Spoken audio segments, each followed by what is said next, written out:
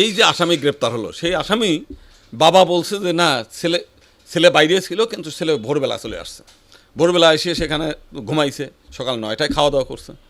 দ্বিতীয়ত আর একটা পুলিশ যখন তাকে গ্রেপ্তার করে নিয়ে যায়, সেখান থেকে সেও ঘুম থেকে তাকে গ্রেপ্তার মানে ডেকে উঠানো হয়েছে। সাধারণত যে শার্ট পরে মানে যে শার্ট নিয়ে আলোচনা, যদিও এই শার্টের বিষয়টা নিয়ে আমি কথা বলতে চাই না, কারণ হচ্ছে আড়ংয়ের শার্ট তো আমরাও কিনি না। আমি সুপ্রিম কোর্টের অ্যাডভোকেট, আমরা কিনি হচ্ছে 150-200 টাকার শার্ট। সে একজন নিম্ন কর্মচারী, তার পক্ষে তো আড়ংয়ের শার্ট কেনা সম্ভব না।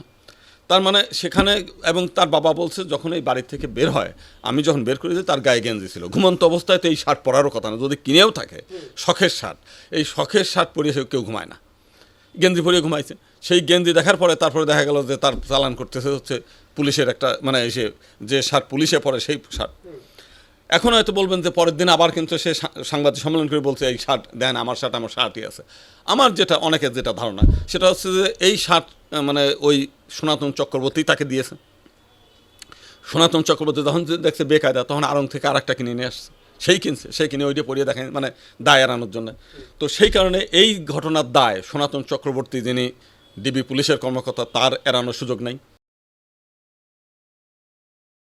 রংপুরে যে একই পরিবারের 4 জনকে নৃশংসভাবে হত্যা করা হলো, এ বিষয়ে আপনি কি বলবেন? প্রথমত পুলিশের যে ভূমিকা, এটা অত্যন্ত রহস্যজনক।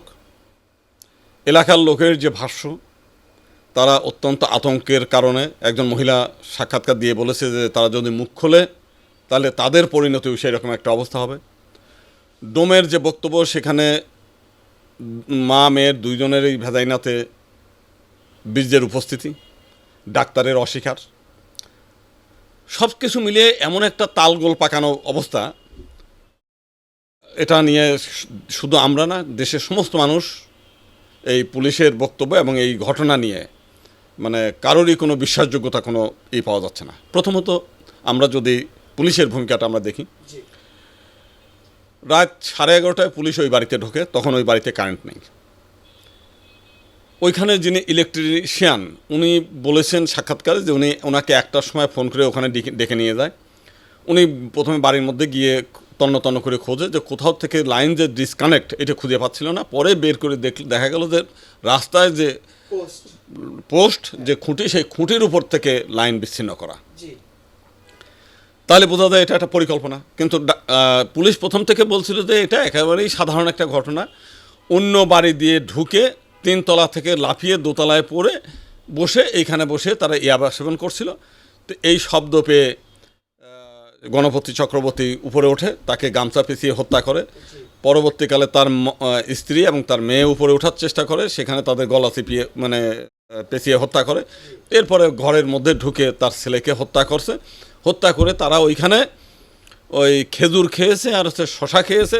এই খেজুরের কামড় এবং শশা দেখে তারা আসামি চিহ্নিত করছে, এবং তার যখন চিহ্নিত করছে তখন হচ্ছে প্রায় 2:30 বাজছে, ধরেন মানে বিদ্যুৎ আসছে 1:30 কিংবা 2টায়। তার মধ্যে সেরা তন্ন করে লাশ খুঁজেছে। লাশ খোঁজার পরে তারা ওই এলোমেলো দেখার পরে সর্বোচ্চ হচ্ছে 2টা কিংবা 2:30টার দিকে তারা ওই শশা আর হচ্ছে খেজুর পাইছে। শশা আর খেজুরের দেখেই তারা আসামি চিহ্নিত করে ফেলছে। আসামির বাড়ি গেছে 3টার সময়। আসামি তখন ঘুমিয়ে আছে, আসামির বাবা তাকে ডেকে তুলছে। তাহলে আধা ঘন্টার মধ্যে শশা এবং খেজুর দেখে আসামি চিহ্নিত করা যায়। আমি এইরকম আমার 27 বছরের ওকালতি জীবনে এইরকম ইতিহাস আমি কখনো দেখি নাই। মানে এই পুলিশ যে এত অলৌকিক ক্ষমতা সম্পন্ন, এইটা আমার জীবনে কোনো দিন দেখি নাই। এবং দেখেন, আসামি এতবার একটা ঘটনা, সে আসামি এই ঘটনা ঘটায় যে সে ঘুমায় থাকবে বাড়িতে, এইটা কল্পনা করা যায় না। দ্বিতীয়ত হচ্ছে যে আসামি যারা ইয়াবা সেবী, তারা তো এমনি অপরাধী মনোভাব, অন্যের বাড়ির পর খুলছে। ধরেন একটা ব্যক্তি যখন আরেকজনের বাড়ির উপরে মানে ইয়াবা সেবন করছে, তখন কেউ দেখলে তো তারা দৌড়ায় পালাবে। হত্যা করার মোটিভ তো তারা আসবে না, সে দৌড়ায় ওয়াল টপকায় পালায় দেবে। যদি দেখা যায় সেই অধ্যাপক তাকে ধরতে গেছে, মানে শিক্ষক তাকে ধরতে গেছে, পারাপারি করছে, তাহলে তো ওই পাশের যে বাড়ি, সেই বাড়ির দোতলাতেও কিন্তু একজন প্রফেসর সাহেব বসবাস করে, আরও একটা ফ্ল্যাটে বসবাস করে। 3 তলায় কেউ বসবাস করে না, 3 তলা ফাঁকা। তো ইয়াবা সেবন করার জন্য এইরকম একটা অভয়ারণ্য থাকার পরেও এবং আরেকটা বিষয় যে ওই প্রফেসরের বাড়ির গেট বন্ধ, তাহলে গেট বন্ধ থাকাতে তালাবদ্ধ গেট পার হয়ে শুধু ইয়াবা খাওয়ার জন্য আরেকজনের বাড়ির মধ্যে ঢুকবে, সেই বাড়ির থেকে আরেক বাড়িতে লাফিয়ে যাবে, সেইখান থেকে করবে, এটা একটা অবিশ্বাস্য কল্পনা। আচ্ছা গেল, এই হত্যাকাণ্ডের পরে তারা পুলিশ বলছে যে তারা রাত 3টার দিকে হত্যা করেছে, 3টা 3:30, এবং তার পরের দিন দুপুর পর্যন্ত তারা ওই বাড়ি অবস্থান করছে। একেবারে প্রফেশনাল খুনি ছাড়া মানে এই রকম কল্পনা করা যায় না। এই ছেলে দুটের অতীত ইতিহাসে তাদের বিরুদ্ধে কোনো মাদক সেবনের ইতিহাস কেউ বলছে না, তাদের বিরুদ্ধে কোনো খুনের কর্মকাণ্ড নাই, প্রফেশনাল তারা খুনি না। ওইবারে এই 4টে লাশ রেখে ওইখানে আরামসে ইয়াবা খাওয়া, আরামসে ওইখানে সোনা এই দিয়ে কি বলে আগুন দিয়ে পরীক্ষা করা, ওইখানে সেই শশা খাওয়া, নানান কিছু, এইগুলো করা কোনো সাধারণ ইসের পক্ষে সম্ভব না। আচ্ছা গেল, এইখানে একটা একটা করে লাশ মানে হত্যা করতেছে, নিশ্চয়ই চেঁচামেচি হয়েছে। চেঁচামেচি না হলে পরে উপরে সে গণপতি চক্রবর্তী যখন উপরে নিহত হচ্ছে, তার মানে চিৎকারেই তো সে দোতলার থেকে তার স্ত্রী তার কন্যা যাচ্ছে, পাশে মাত্র 1.5 হাত দূরে একটা ফ্ল্যাট, সেই ফ্ল্যাটের লোক জানলো না কেন? সে একেবারেই মানে তার বক্তব্যও কিন্তু সরল না, সে এমনভাবে বোঝাচ্ছে আমি কিচ্ছু জানি না, কিছুই বুঝি না, তার মানে তাকেও থ্রেট দেয়া যে এইটা জানলে পরে খবর আছে। আচ্ছা, পাশে মন্দিরের সিসিটিভি বন্ধ করেছে কারা? যদি ঘটনার অকস্মাৎ একটা ঘটনা ঘটে যে আমি ইয়াবা খাচ্ছি, এই মুহূর্তে আপনি এসে পড়ছেন, চট করে গলা টিপে ধরছি, তো এইটার ধরলে তো আপনার হচ্ছে সেই বিদ্যুতের খুঁটি থেকে তার খোলার কথা না, ওই সিসিটিভি বন্ধ করার কথা না। দ্বিতীয়ত হচ্ছে ওই মেয়েটা 5টা 50 মিনিটেও একজন মেসেজ করছে যে আমাদের ঘরে বিদ্যুৎ নাই, আশেপাশে সবার বিদ্যুৎ আছে, আমার ঘরে যে কেন বিদ্যুৎ নাই, আমরা ঘুমাতেই পারি না, এই জায়গায় আছি সারা রাত। তাহলে মানে আমার বাড়িতে বিদ্যুৎ নাই, পাশের বাড়িতে বিদ্যুৎ আছে, পাশের বিদ্যুৎ আছে, তো আমি নিশ্চয়ই পাশের বাড়ি জিজ্ঞেস করব, দাদা আপনার বাড়িতে বিদ্যুৎ আছে, আমার এখানে নাই কেন, আমরা খুঁজে পাচ্ছি না কেন? এই বিষয়টা কথাবার্তা হচ্ছে, তাদের জানার কথা, এই বাড়ির চিৎকার চেঁচামেচি হওয়ার কথা। আর 5টা 50 পর্যন্ত যখন মেসেজ হয়, তার মানে সেইখানে কিছুই ঘটে নাই 5টা 50, যা ঘটেছে পরে আপনার 6টার পরে ভোরবেলা। দ্বিতীয়ত হচ্ছে যে এই যে আসামিরা মানে যারা খুনি, এই খুনিরা ওই বাড়িতে ঢুকলো কীভাবে? মেইন গেট বন্ধ, তালা দিয়া, বাইরের থেকে তালা দিয়া। তারপরে হচ্ছে ওই যে বাড়ির মধ্য দিয়ে ঢোকার কথা বলছে তার বাড়ি বন্ধ।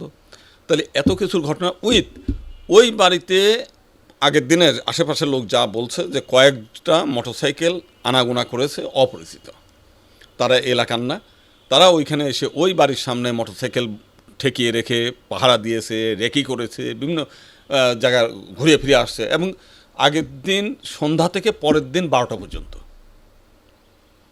প্রথম কথা হচ্ছে পুলিশ যদি বলে 3:30টায় খুন করেছে, তাহলে তো ভোরবেলায় সে পালায় চলে যাবে, সে তো ওইখানে অপেক্ষা করবে না, কারণ হচ্ছে সে একজন ডাক্তার মানুষ।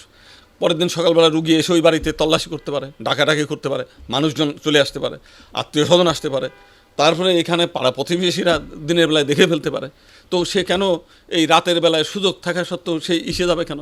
পুলিশ বলছে জুমার নামাজের পর, ওরা তো হিন্দু এলাকা, ওখানে কোনো জুমার নামাজের কোনো যাতায়াত করে না কেউ, একটা। দ্বিতীয়ত হচ্ছে এই যে আসামি গ্রেপ্তার হলো, সেই আসামি বাবা বলছে যে না, ছেলে বাইরে ছিল, কিন্তু ছেলে ভোরবেলা চলে আসছে, ভোরবেলা এসে সেখানে ঘুমাইছে, সকাল 9টায় খাওয়া দাওয়া করছে।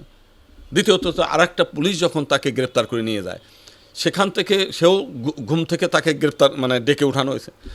সাধারণত যে শার্ট পরে মানে যে শার্ট নিয়ে আলোচনা, যদিও এই শার্টের বিষয়টা নিয়ে আমি কথা বলতে চাই না, কারণ হচ্ছে আড়ংয়ের শার্ট তো আমরাও কিনি না, আমি সুপ্রিম কোর্টের অ্যাডভোকেট, আমরা কিনি হচ্ছে 150-200 টাকার শার্ট, সে একজন নিম্ন কর্মচারী, তার পক্ষে তো আড়ংয়ের শার্ট কেনা সম্ভব না।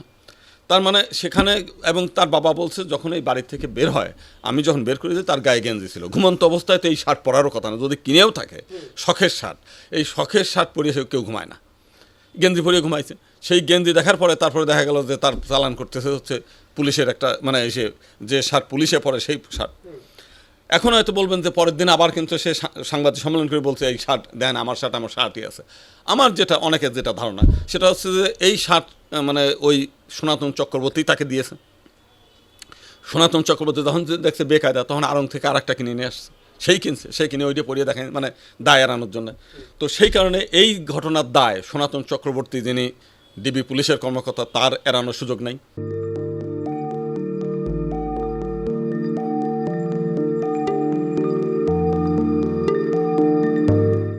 জানুয়ারি 2026 ইউটিউব জার্নালিজমের অগ্রদূত change.tv.press সংগ্রাম মুখর 7 বছর পেরিয়ে পা রাখলো গৌরবান্বিত 8 বছরে। এই আনন্দ প্রহরে সবাইকে নিরন্তর শুভেচ্ছা।